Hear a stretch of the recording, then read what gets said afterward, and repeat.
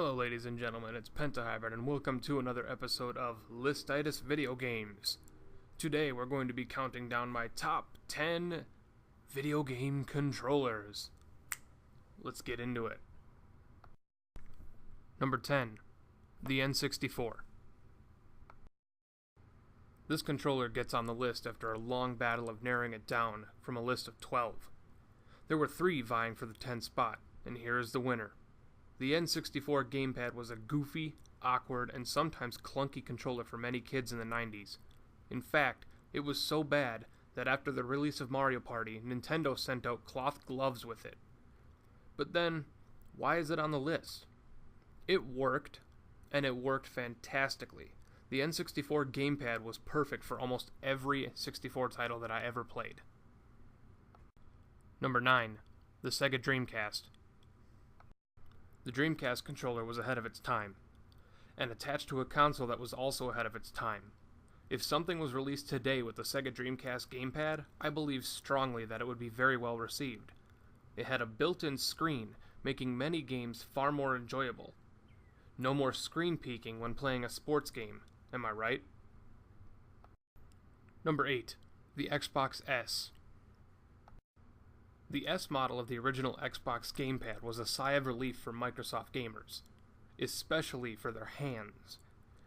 After the Freak dubbed only the Fat Pad or Goliath was poorly received, Microsoft only had one choice: make a better model. The S was this model, and it felt great in comparison. Maybe that's why it crawled so high. But even still, coming back from something so awful and quickly releasing a better controller earns it points. Besides, it was pretty comfortable. Number 7, the SNES. I'm going retro on you. The SNES controller is an easy pick for a top 10 gamepads. The smooth feel, the staple layout of the buttons, and who could ever forget pushing the shoulder buttons for the first time? Nintendo had the right idea for their sophomore console. The X, Y, A, and B button layout was so popular that it is still used today. And let's not forget, they hurt a whole lot less when you dropped them on your feet. Number 6, keyboard and mouse. It wouldn't be right if a controllers list left out the classic keyboard and mouse option. Although it has been argued that they aren't a true controller, I strongly disagree. If you can play a kind of video game media with it, it's a damn controller, okay? Besides, playing games like Ski Free, Doom, or Oregon Trail just don't feel the same without a keyboard and mouse. Number 5, the Sega Genesis. I love the Genesis controller. Love the Genesis controller. It was comfortable, familiar, and plugged into one of the best game consoles of all time. The sleek black and off-gray palette, the easy-to-learn button layout, and a single start button. None of that BS start select.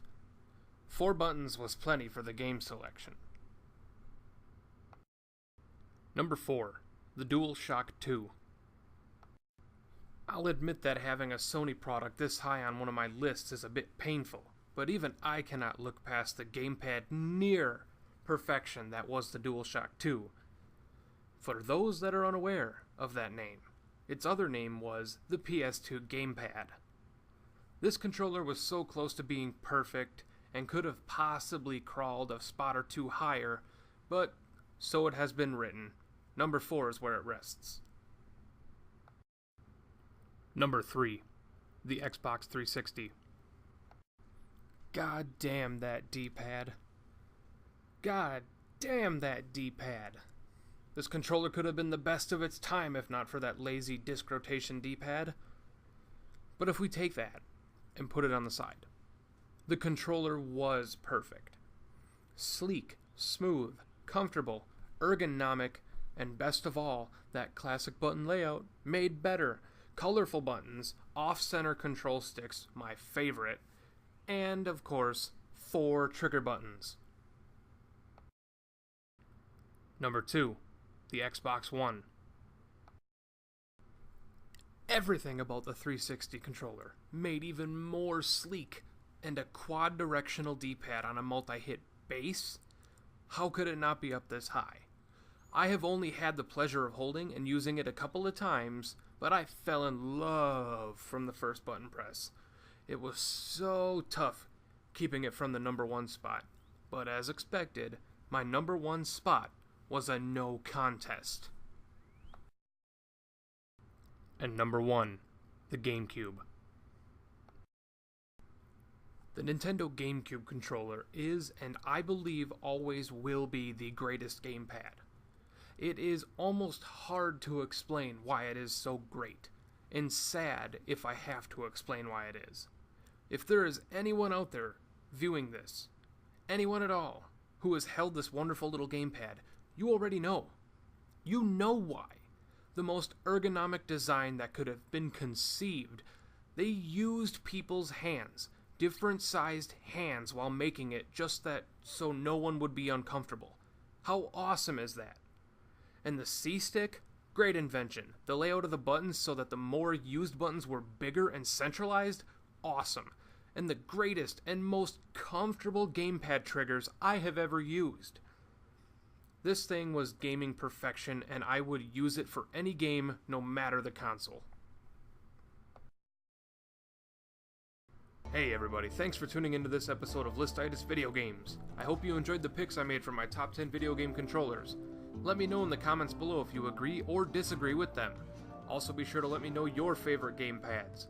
Be sure to click on some of these fancy links from around my channel, and subscribe to get updates and new videos from me faster. Make sure to also check out my Twitter, Facebook, and Tumblr down in the description.